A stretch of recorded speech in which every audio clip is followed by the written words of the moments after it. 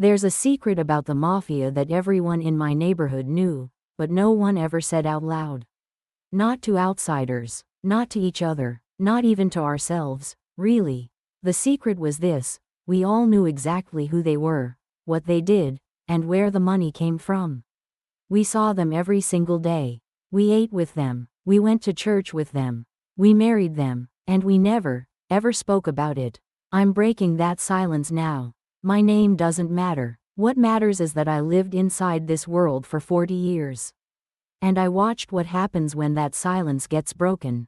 I watched people disappear. I watched families torn apart.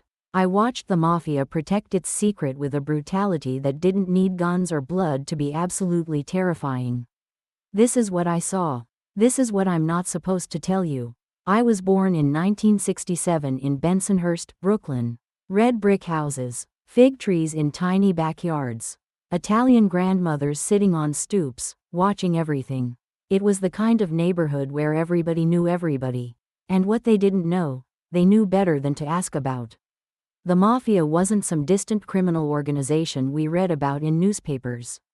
It was our fathers, our uncles, the man who owned the bakery, the guy who ran the social club on 18th Avenue.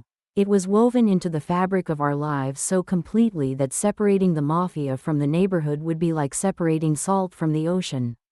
My father wasn't a boss. He wasn't a made man, as far as I know.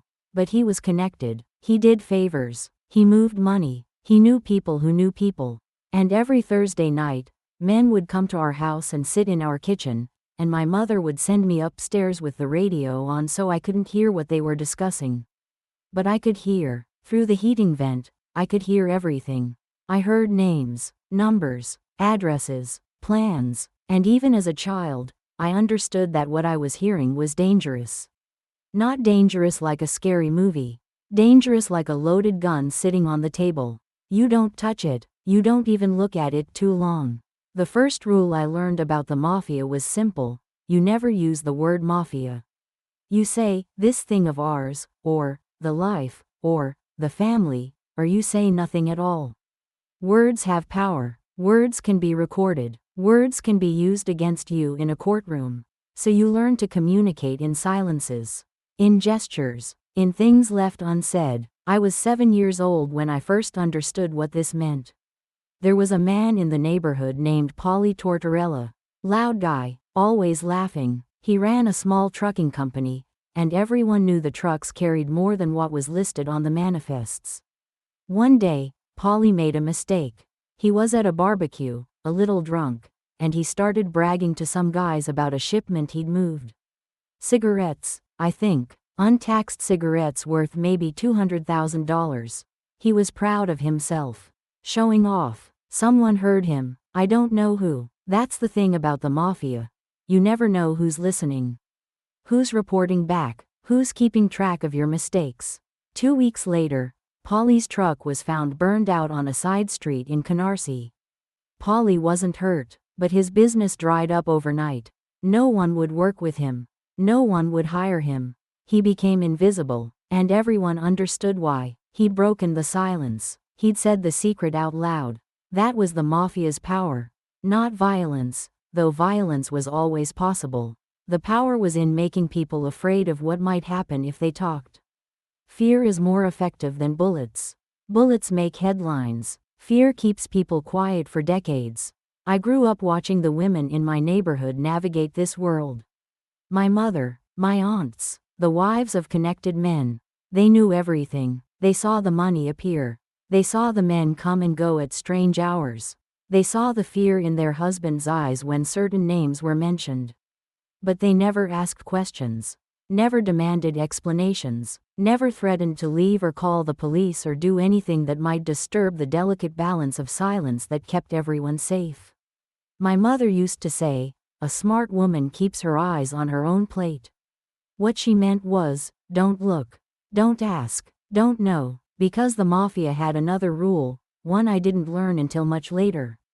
Never let a woman become necessary. Women couldn't be made members of the Mafia. Women couldn't be trusted with real power. Because women could testify. Women weren't bound by omerta the same way men were. So the Mafia kept women at a distance. Close enough to cook the meals and raise the children and maintain the appearance of normal family life.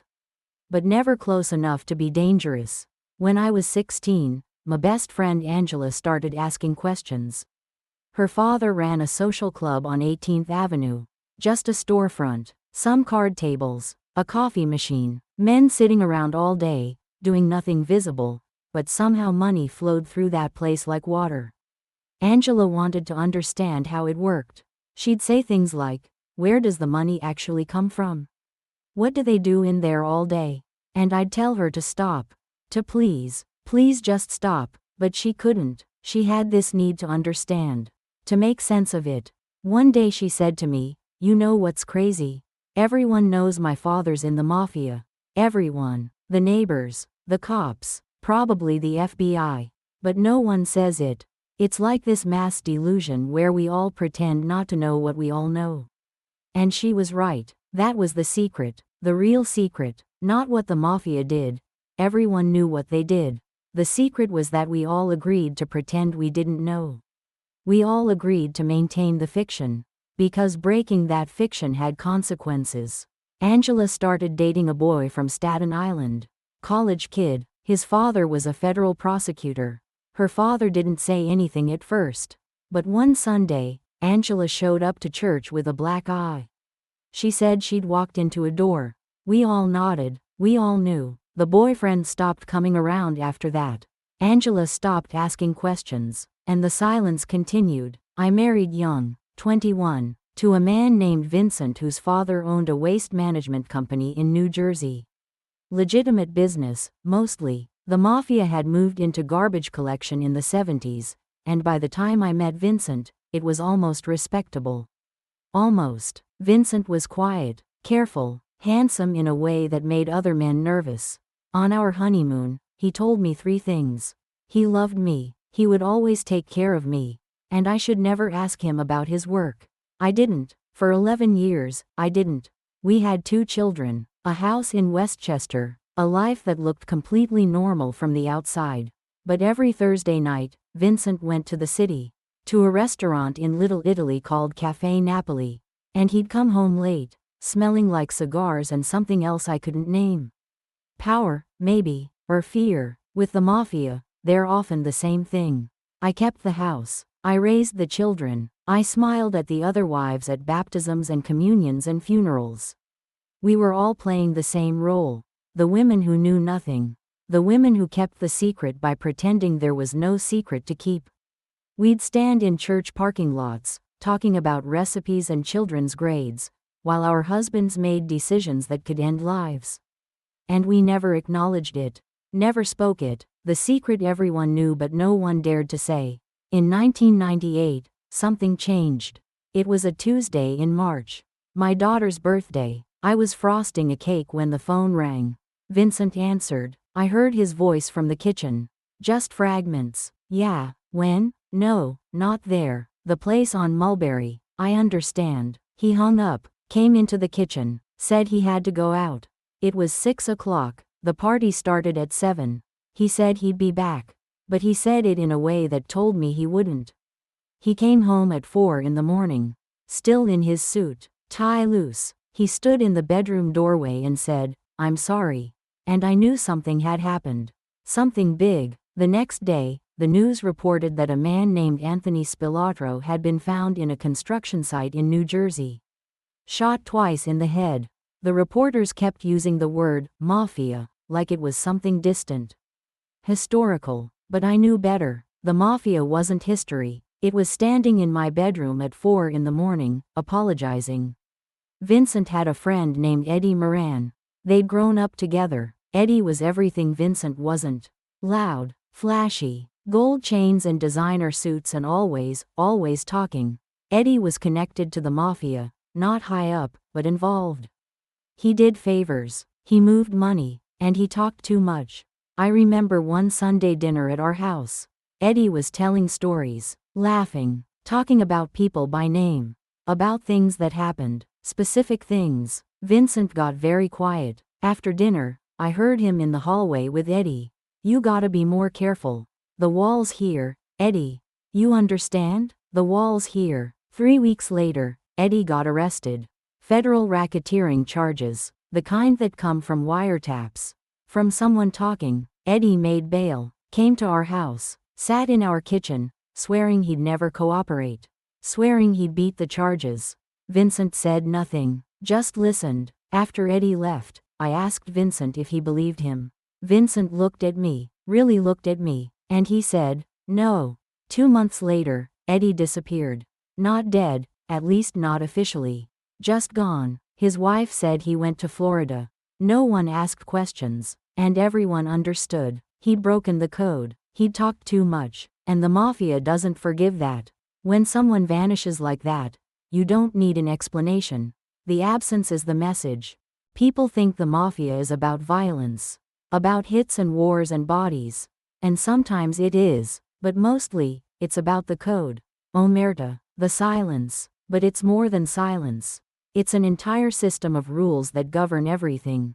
Who you talk to, who you trust, how you handle problems. The code is why you never go to the police, even if you're the victim.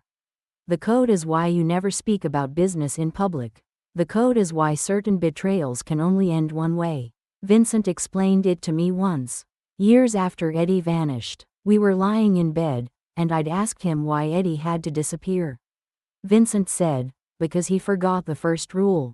The Mafia doesn't forgive memory. I asked what that meant. He said, if the FBI knows something, they got it from somewhere. If Eddie talked to his wife, and she talked to her sister, and her sister talked to someone else, and somewhere in that chain there's a wire, Eddie's the beginning. And the chain ends with him. I asked if that was fair, even if Eddie didn't mean to talk. Vincent said, intent doesn't matter. Results matter. In 2001, Vincent's father died. Heart attack. The funeral was massive. 600 people, men I'd never seen before, came to pay respects.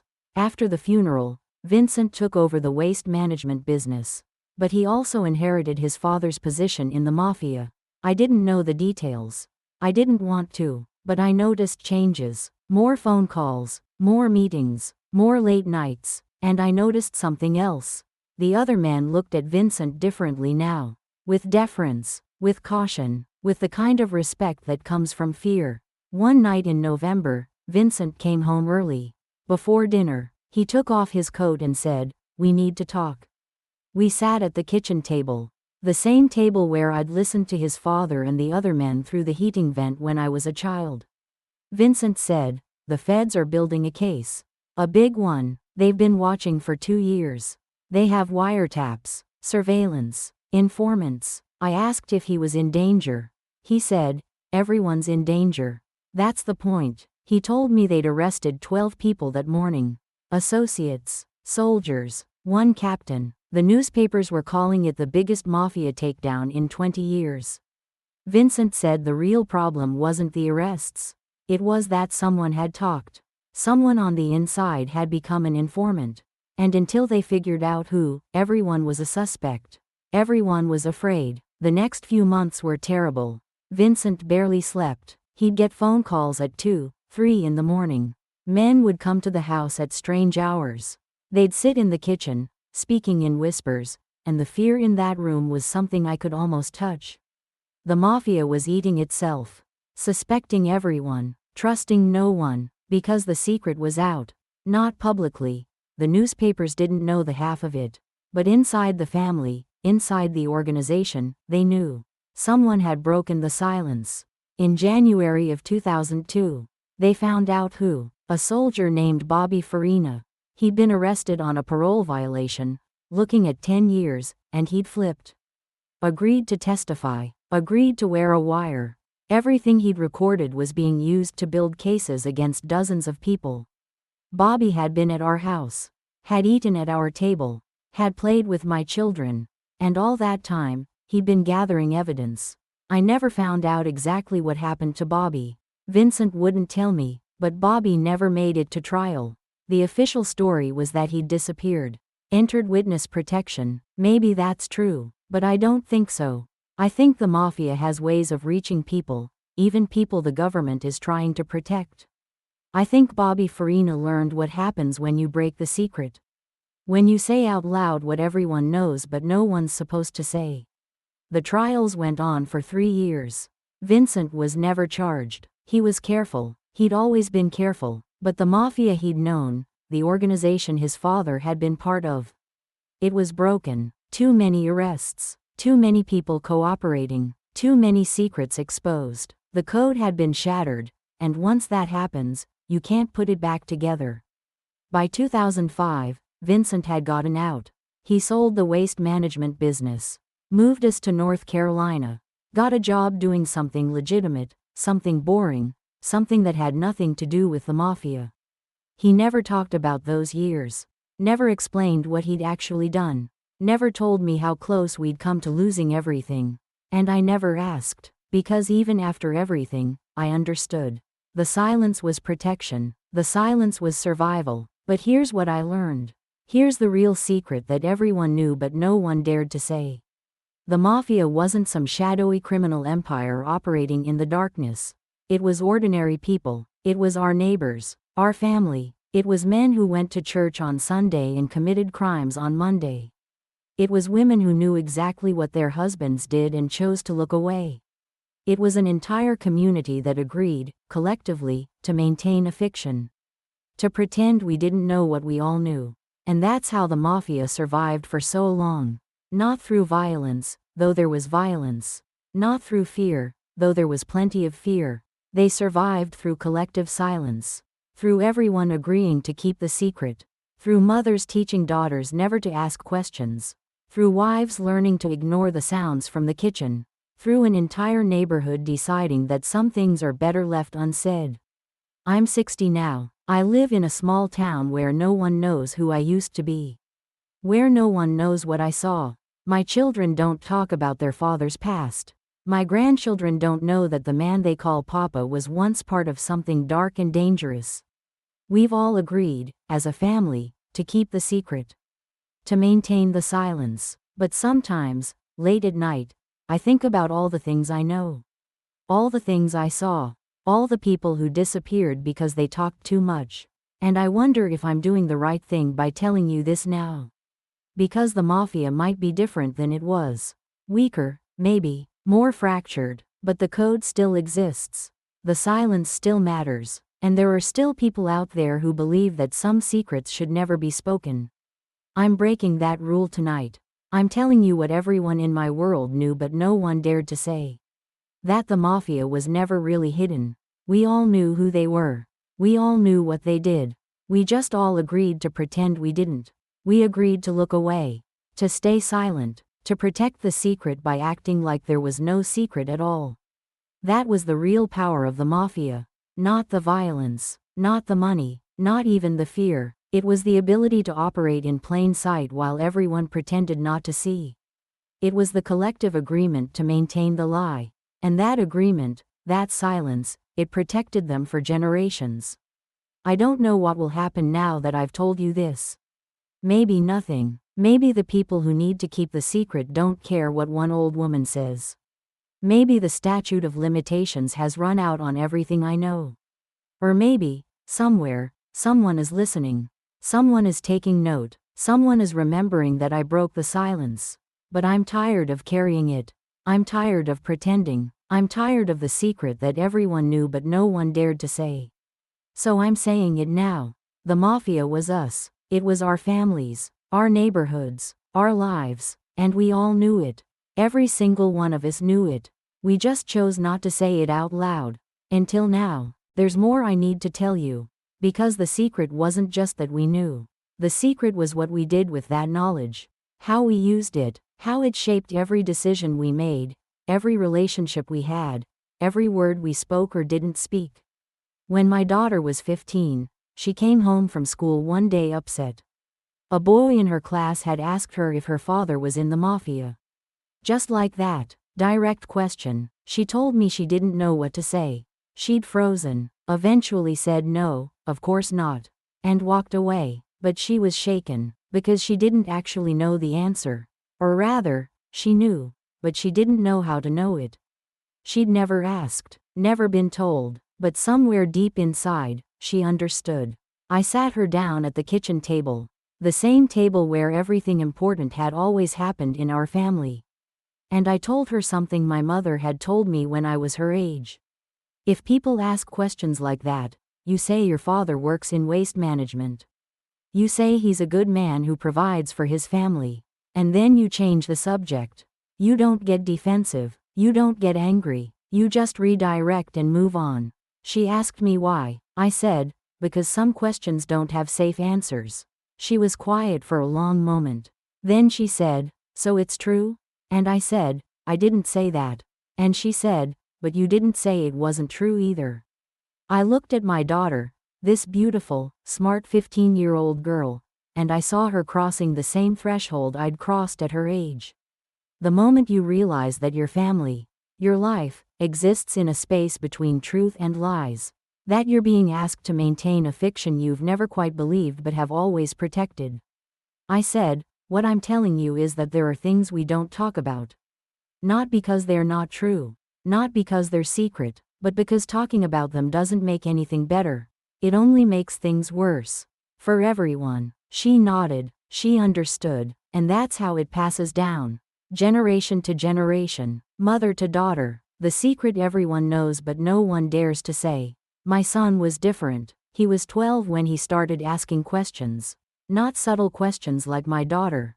Direct ones. Is Dad in the mob? Do you know people who've killed people? Is our money from crime? I tried to deflect, tried to use the same techniques my mother had used with me. But he wouldn't let it go. He had this need for clarity, for honesty, for things to be what they appeared to be. One night, Vincent took him into his office. They were in there for over an hour. I don't know exactly what Vincent told him, but when my son came out, he looked different. Older somehow, heavier. Vincent told me later, I gave him enough truth that he'll stop asking questions, but not so much that he's carrying anything dangerous. I asked what that meant. Vincent said, I told him that I know people. That some of those people do things that aren't legal. That I've helped those people sometimes, in ways I won't specify. And that this is how the world actually works. Not the world in textbooks. The real world. My son never asked again. But I watched him pull away after that. He went to college in California. As far from New York as he could get. He rarely came home. And when he did, he was polite but distant. Like he was visiting strangers. I think he couldn't reconcile the father he loved with the truth he'd been given. So he chose distance, chose to not know, which is, in its own way, another form of keeping the secret. The thing about the Mafia is that it doesn't just affect the people who are in it. It radiates outward like a stain. It touches everyone in the family, everyone in the neighborhood. You're either part of maintaining the silence, or you're a threat to it. There's no neutral ground. My children learned that young. So did my mother before me. I remember when my son was maybe 8 years old, he had a friend from school. Nice kid, his father was a detective with the NYPD. The kid came over for a playdate once. Just once. After he left, Vincent sat me down and said, very calmly, very quietly, that can't happen again. I asked why. He said, because his father asks him questions. What did you see at your friend's house? Who was there? What did they talk about?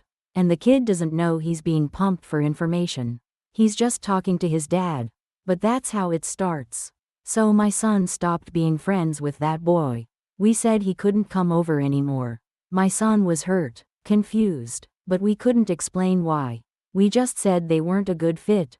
Our families were too different, things like that. More lies. More silence, more protection of the secret everyone knew.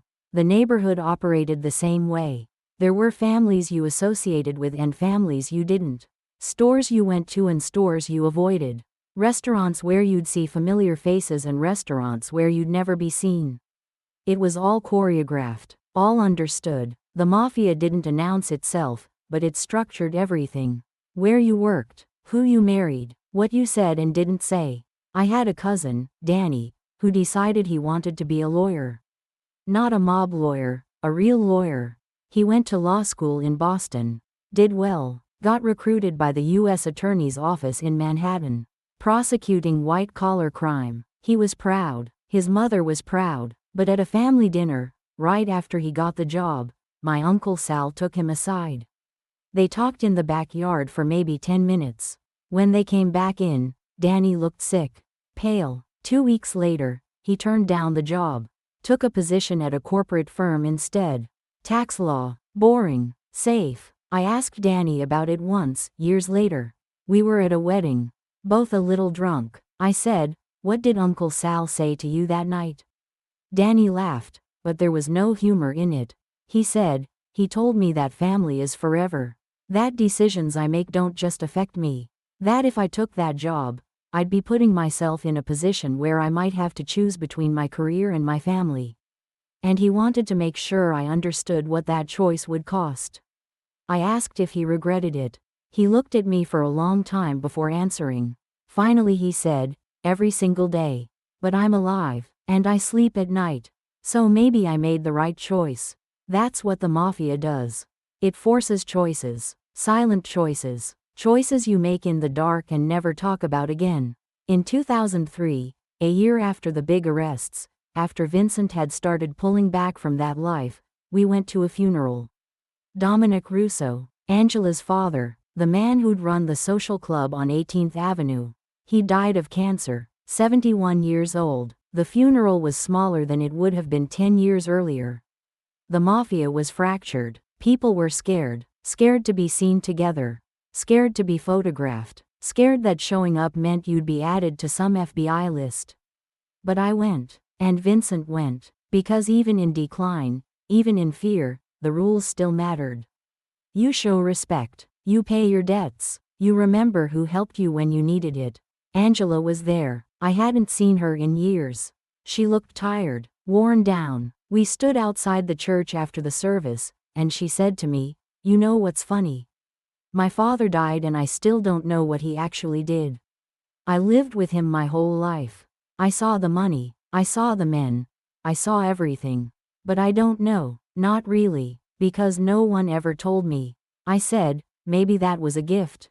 She said, "Maybe, or maybe it was just another lie." We stood there in silence. Two women who'd grown up in the same world, protected by the same silence, damaged by the same secrets. And we didn't know how to talk about it. Even then, even after everything, the code was too deep. After Vincent got out, after we moved to North Carolina, I thought the Mafia would just be something in our past. A chapter we'd closed. But it doesn't work that way. The Mafia isn't something you leave. It's something you carry. In your body. In your habits. In the way you think about trust and danger and truth. Vincent would still get calls sometimes. From New York. From New Jersey. Old friends. Old associates. They'd talk in careful language. About the old days. About people who were gone. About who was in prison and who'd cooperated and who'd stayed quiet. Vincent never said much. Just listened. Made non-committal sounds. After these calls, he'd be withdrawn for days. Like he was back there. Back in that world. Even though physically we were 1,000 miles away. I'd ask him sometimes if he missed it. He'd say no. Too quickly. Defensively. But I think part of him did. Not the danger. Not the fear. But the sense of belonging to something. Of being part of a family that was bigger than blood. Of having a role and a purpose and a code that everyone understood. Out here in North Carolina, we were nobody. Just another middle-aged couple in a suburban house. Anonymous. Safe. But also empty somehow. The Mafia filled something. I understand that now. It gave men like Vincent a sense of power in a world where they'd otherwise be invisible. It gave them respect. Fear is a kind of respect. And for men who grew up poor, who grew up feeling like society didn't care about them, the Mafia offered an alternative. A different way to matter. And yes, it came with violence. With paranoia. With constant danger. But it also came with identity. With purpose. With the secret that everyone knew but no one dared to say. Which meant you were part of something exclusive. Something powerful. I think that's why the Mafia survived for so long. Not because of the money, though there was money. Not because of the violence, though there was plenty of violence. But because it offered men an identity. And it offered families like mine a structure. Rules we understood. Boundaries we could navigate. You knew where you stood. You knew what was expected. And as long as you followed the code, as long as you kept the secret, you were protected. But the cost was enormous. The cost was living your entire life in a state of controlled dishonesty. The cost was teaching your children to lie by omission. The cost was looking at your husband across the dinner table and not knowing if the hands that carved the roast had done something terrible earlier that day. The cost was silence, permanent, corrosive silence that ate away at everything. In 2008, Vincent's mother died. We went back to New York for the funeral. It was strange being there. The neighborhood looked the same but felt different. Older, emptier. A lot of the old families had moved away. The social club on 18th Avenue was closed. Boarded up. The bakery where we used to get bread was now a cell phone store. Things change. Even the Mafia changes. At the wake, I saw people I hadn't seen in years. Old neighbors, old friends, and we all did the same dance we'd always done. Polite conversation, surface level stuff. How are the kids? Where are you living now? How's the weather? No one talked about what had happened. About who'd been arrested or who'd disappeared or how the whole thing had fallen apart. We just performed normalcy, maintained the fiction, kept the secret. But there was one moment. I was in the bathroom at the funeral home, fixing my makeup, and Angela's mother came in. She'd aged badly, looked 20 years older than she was. She stood at the sink next to me, washing her hands, and without looking at me she said, "You got out." Smart girl. I didn't know what to say. She kept washing her hands, over and over, like she couldn't get them clean. Then she said, "I knew everything. Everything. And I never said a word. 47 years I kept my mouth shut.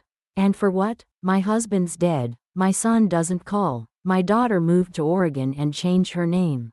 All that silence. All that protecting. And I'm standing here alone." She dried her hands, looked at me in the mirror, said, "You tell your story, honey. If you get the chance. You tell it, because silence doesn't protect us. It just makes us disappear while we're still breathing." Then she left. I stood there, staring at myself in that fluorescent light, and I knew she was right. The secret everyone knew but no one dared to say wasn't protecting us. It was erasing us. It was making us complicit. It was turning us into ghosts in our own lives. Every time we said we didn't know. Every time we looked away. Every time we taught our children to be silent. We were choosing the Mafia over ourselves.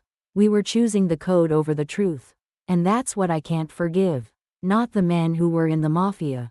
They made their choices. They knew what they were getting into. But the rest of us, the women, the children, the neighbors, we were trapped by something we didn't choose.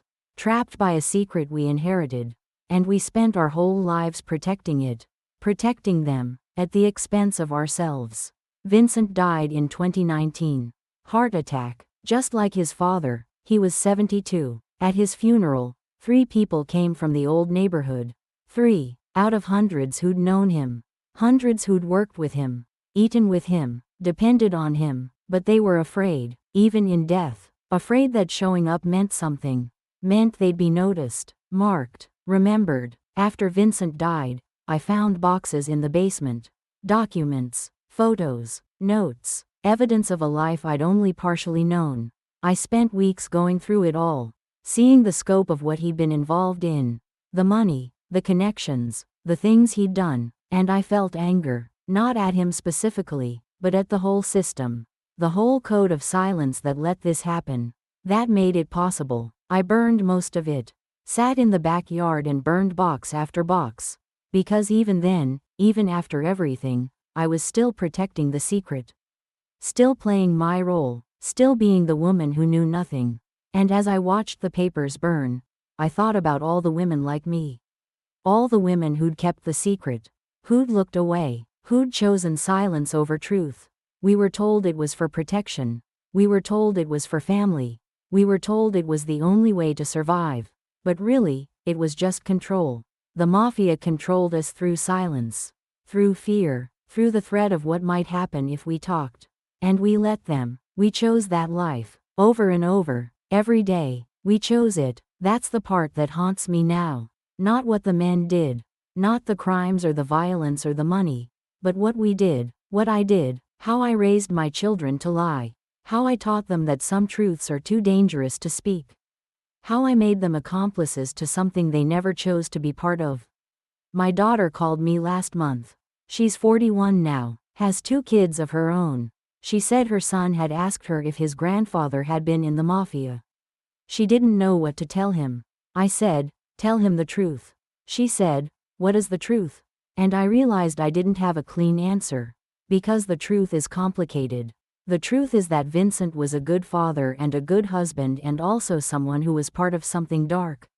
Both things are true, and we spent our whole lives pretending only one of them was. I told my daughter, tell him that his grandfather made choices. Some good, some bad. Tell him that we don't always know the full truth about the people we love. Tell him that family is complicated. And tell him that he doesn't have to carry secrets that aren't his to carry. She was quiet. Then she said, did you carry secrets for Dad? I said, yes. She said, are you going to tell them? I said, I already am. That's why I'm saying this now. Not because I think it will change anything. The Mafia is different now than it was. Smaller, weaker, but still there, still operating, still protected by silence, still depending on people like me to keep the secret everyone knows. But I'm tired. I'm 60 years old and I'm tired of carrying this. Tired of lying. Tired of protecting people who never protected me. Tired of being complicit in my own erasure. So I'm breaking the silence. I'm saying the thing everyone knew but no one dared to say. The Mafia was real. It was my life. It was my family. It was my neighborhood. And all of us knew. Every single one of us knew. We knew who they were. We knew what they did. We knew where the money came from. We knew about the violence. About the corruption. About the fear. We knew all of it. And we said nothing. We looked away. We kept the secret. Because that's what you did. That's what the code demanded. And the code was more powerful than truth. More powerful than law. More powerful than conscience. But not anymore. Not for me. I'm breaking the code. I'm saying it out loud. The Mafia secret everyone knew but no one dared to say. We all knew. And we all chose silence. And that silence had a cost that I'm still paying.